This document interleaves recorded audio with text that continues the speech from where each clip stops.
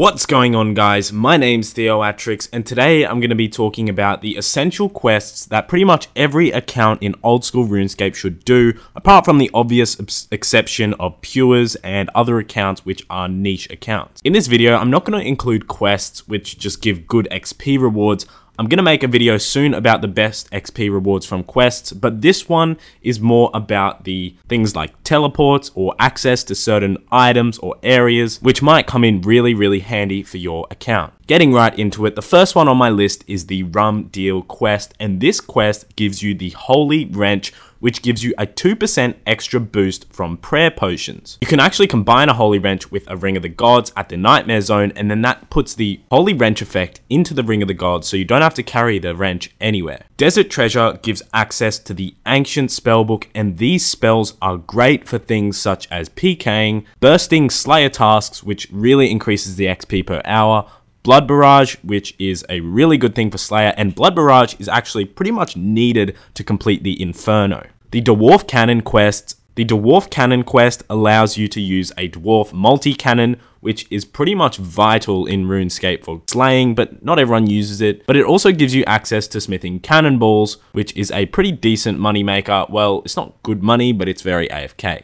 The Ghosts Ahoy quest gives you the Ectophile, which teleports you to the Ectofuntus, which is very close to a herb patch, and that comes in really handy when you start doing herb runs. Fairytale Part 1 and 2 are both really useful quests because Fairytale Part 1 gives you the Magic Secateurs, which increases your herb yield by 10% from crops, and then Fairytale Part 2, you don't have to finish it, but you just have to start Fairytale Part 2. And you get access to fairy rings, which are really important for teleporting to certain places and for clue scrolls. The Druidic Ritual quest is required to be able to start the herb lore skill in old school RuneScape. There's not much more to say about that, apart from the fact that it's pretty much needed. The Plague City quest gives you the access to the Ardoyan teleport. That includes the teleport tablets and the runes to teleport there. So either way, this is a very much needed quest to be able to travel around RuneScape properly, and Ardoyan is a very important place to be able to go to.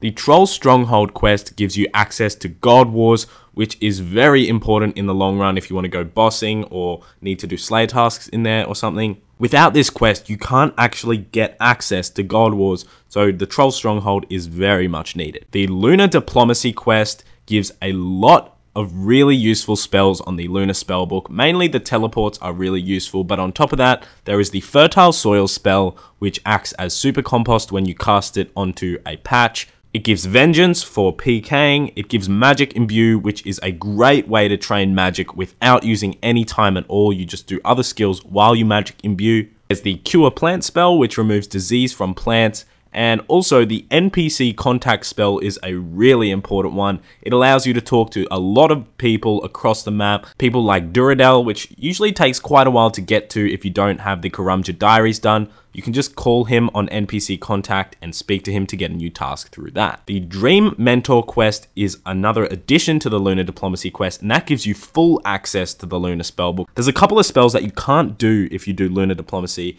only. You have to do Dream Mentor as well, and this gives you things like Plank Make, which is really good magic XP an hour, but not only that, it gives you 800k to 1 mil GP per hour. It also gives you access to Spellbook Swap, which allows you to change your spellbook for one spell. The King's Ransom quest gives you access to the Knight's Waves Training Grounds minigame, and completing it will give you access to the Chivalry and Piety Prayers, or Piety, and they are really important for things like bossing and training and Slayer, a lot of things, because they give such massive boosts. The Rune Mysteries quest is required to actually do rune crafting. Without this quest, you can't actually craft runes, nor can you mine rune essence in order to create runes in the first place, so this is a vital quest. Monkey Madness 1 and 2 are both sort of essential quests, more Monkey Madness 1, and they both give access to different chinning and bursting spots, such as the Apatol caves, and then there's the Monkey Madness 2 cave. But obviously you don't need chinning,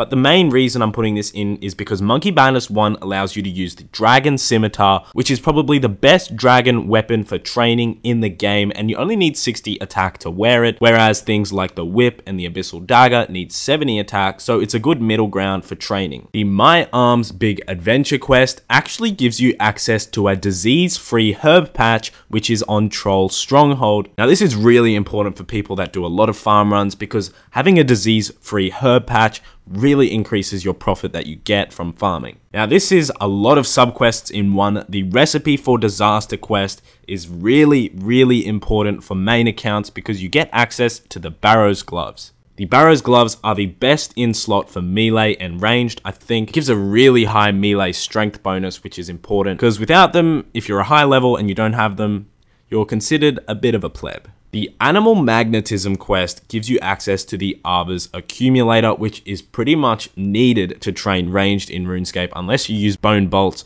But still, Animal Magnetism and the Arbor's Accumulator really speeds up your range training. You don't have to pick up arrows, you don't need to worry about losing money with the arrows, and you get a bit of a range bonus from the Arbor's Accumulator, which is really nice as well. The Shilo Village quest is actually needed to get access to Shilo Village, and in Shilo Village there's things like the Gem Rocks, which are pretty decent mining XP per hour. Also get access to Duradel, which is the highest tier Slayer Master and gives really cool tasks. You can get away with doing all your tasks at Neve or Steve, but Duradel is really vital because he gives you more points per task, and they're great if you're on one of the milestone tasks. The Gnome Quests, so the Grand Tree and Tree Gnome Village. Firstly, the Grand Tree gives you access to the Gnome Gliders, which aren't necessarily needed, but on top of the Grand Tree reward, you get to access the Spirit Tree that is in the Tree Gnome Stronghold. The Tree Gnome Village quest gives you access to Spirit Trees as a whole, so you need to do Tree Gnome Village and the Grand Tree to be able to use every single Spirit Tree in the game, apart from the ones that you plant yourself, obviously.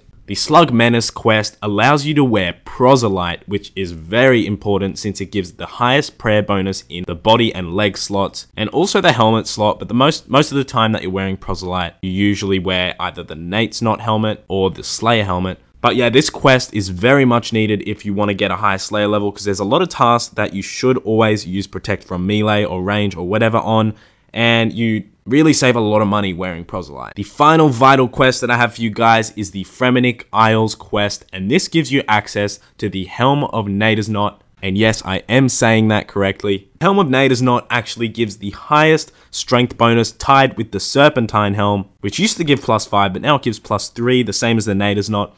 And it also gives a decent prayer bonus, making it quite a bit better than the Serpentine Helm at this stage. But yeah, the Nader's Knot is pretty much vital for things like PKing and bossing nowadays. Definitely get this quest done to complete your account. Anyways, that's all of the essential quests I could think of. If you think I missed any, put them in the comments below. I'll be sure to read them and let you know what I think about them. But yeah, that sums it up. So now it's time for clip of the day. And today's clip of the day is from Noob Period. And he got the Skatizo pet on his first ever Skatizo kill, which is overly lucky. And to finish this video off, I have a clip from I Am Death, who got some similar luck to Noob Period, but he seemed to get a little bit more lucky. Thanks for watching, guys. I Am Death here. So I decided to do a little Skatizo this morning, and first one, I get the pet.